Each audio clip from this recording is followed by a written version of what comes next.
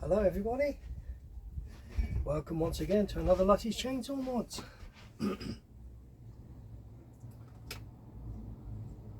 last time I was on here, I was rebuilding this Zenoa chainsaw, 58cc.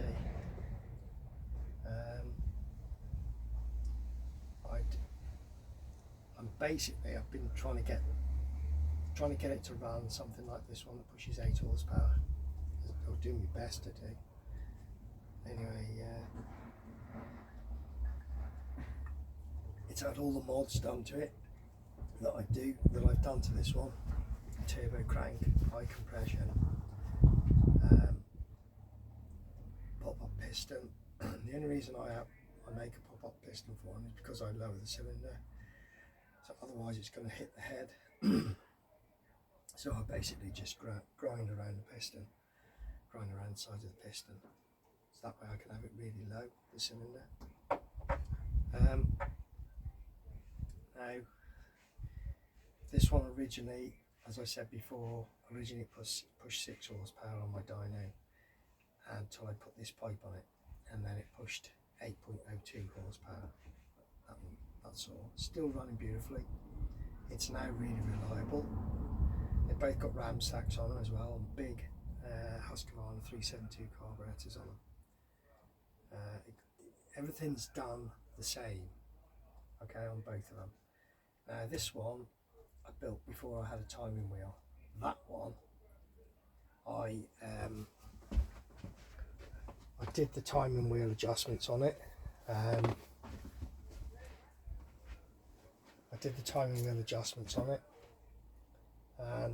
set it to blow down at 102 degrees for the first time I built it. But I messed up with that one, as I said before. I'll show you what I did and how I got round it. So this is the old cylinder off it, okay. Now I just took the rings off this so I can show you what I'm doing. So let's turn this light on here actually, see if that'll help.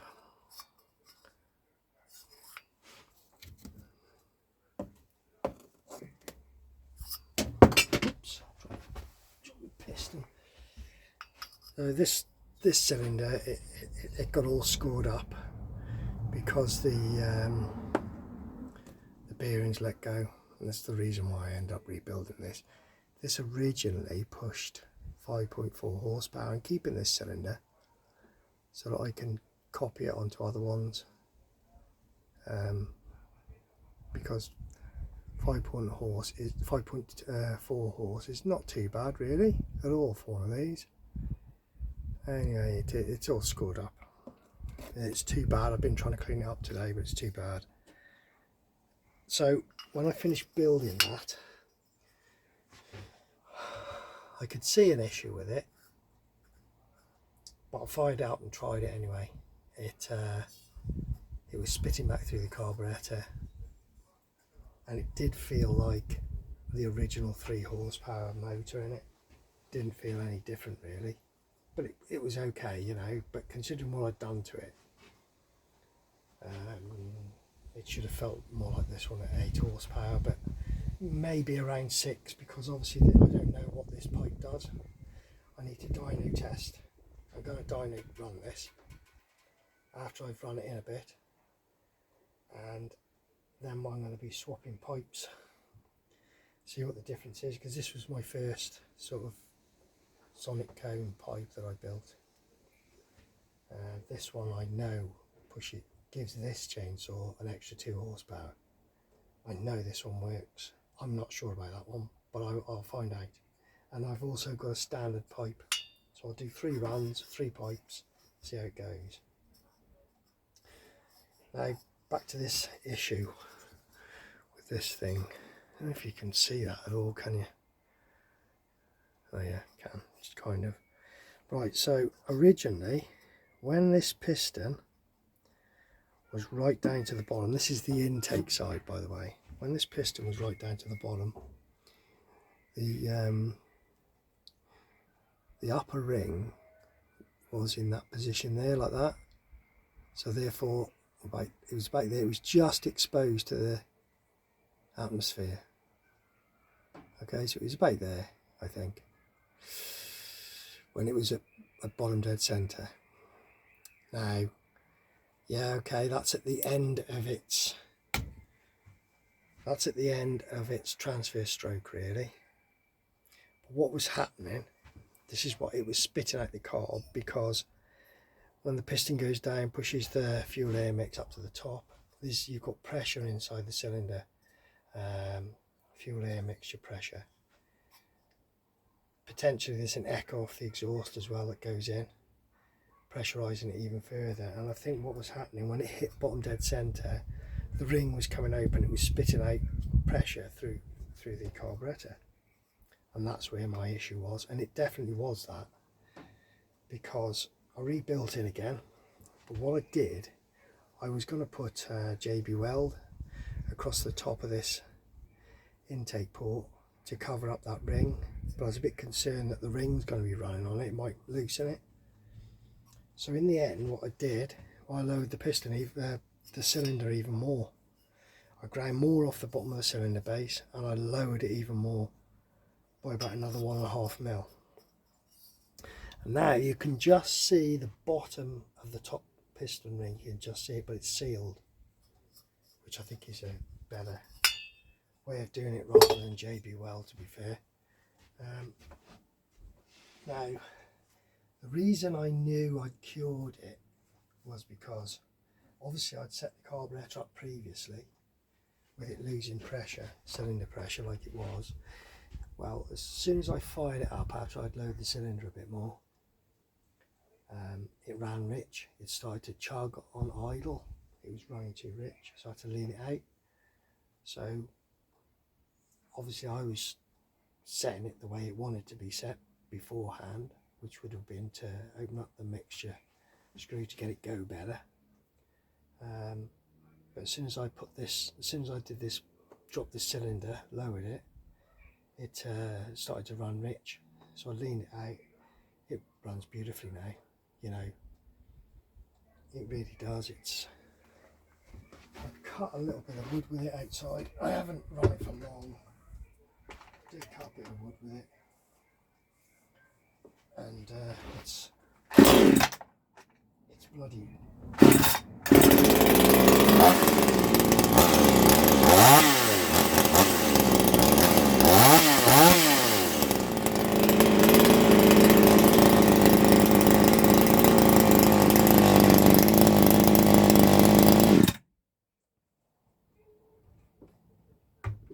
Got a nice crackle to it, that exhaust. So it feels very similar to this one.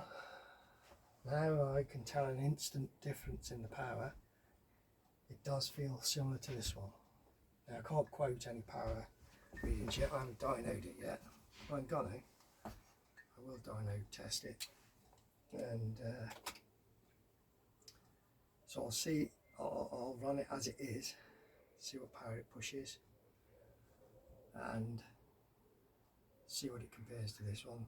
Like I said, this one without the pipe is 6 horse. It's 8 horse with the pipe. 8.02 horsepower. And then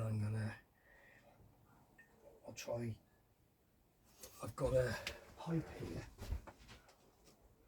I've got a standard silencer here. Not that one, sorry. Not that one. I've got a silencer here which I've used before, and what I've done is what a lot of people do. You know, when you're doing the first sort of muffler mod, you're basically making it a bit more free flowing, so you make the holes a little bit bigger inside. This has had that done to it, so I use this as a sort of a good sort of test standard, if you like. So this is going to go on, then that, and that's going to go on, then that's going to go on the same chainsaw, and we're going to see what the difference is. I'll log all the readings down, and we'll see what the difference is. So I know this one works. I'm not sure about that one because that's never been measured like this before.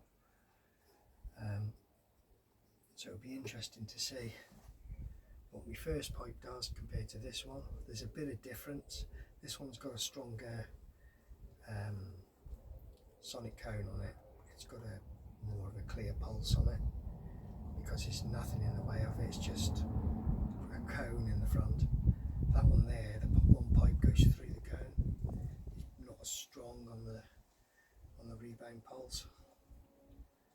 It doesn't mean it doesn't work, you know, it probably does, but I don't know to what degree, what kind of power it pushes on.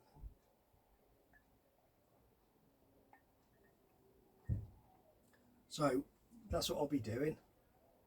Whichever pipe runs the best. I've got another muffler over there, standard one, and I'll be building another one. So these are both going to be, hopefully they'll both be similar sort of powers. At 8 horsepower thereabouts. Like I say, that originally was up to 5.4 with that pipe on it on the other cylinder. But it's got a turbo crank on it now as well, same as this one. We'll see. You know, it'd be interesting to sort of see how it does. Yeah, so yeah, I'd messed up badly, but I think I've redeemed myself with it. It's been lowered a lot, that cylinder. A lot of people say, oh yeah, you can't take that much off and what have you. The thing is, you've got to realise here, I'm dealing with Chinese chainsaws with Chinese parts, and I've had loads of cylinders. I mean, I've got 3 new cylinders over there. I've had loads of cylinders, different ones, and they're never all the same. When you measure them, they're never all the same. You know, so although I might have taken sort of 4mm off the bottom of that base on that one, lowered it by an extra 4mm, originally it would have had a squish of over 2mm, about 2.5mm or something, if I'd have just put it on as standard.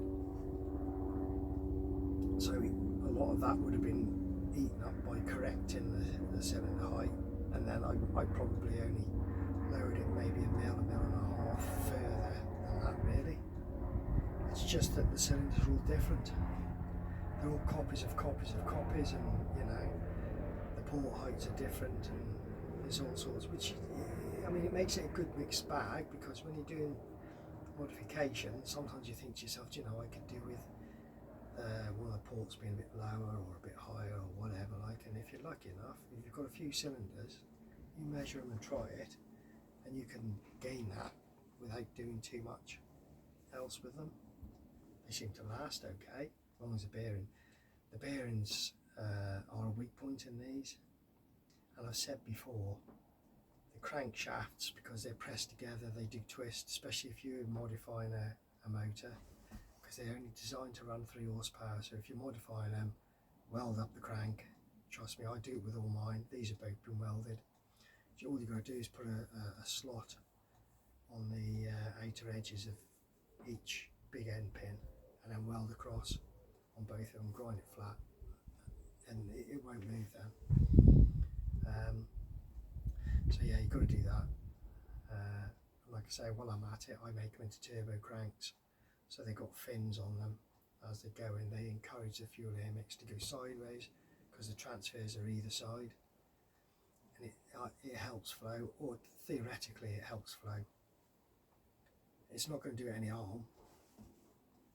And like I said, this one's pushes 8 horsepower, so you know, I've done something right.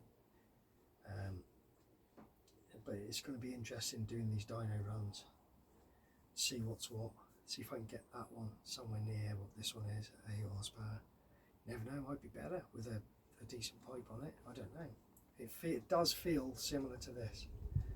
When I run it today, like, just cut a little bit of wood with it.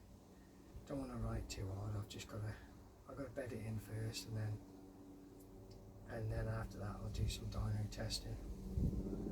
So I think that's it for today. Where I am with these two now. I've almost got them there, so Thanks very much for watching Lutys Chainsaw Mods, and bye for now.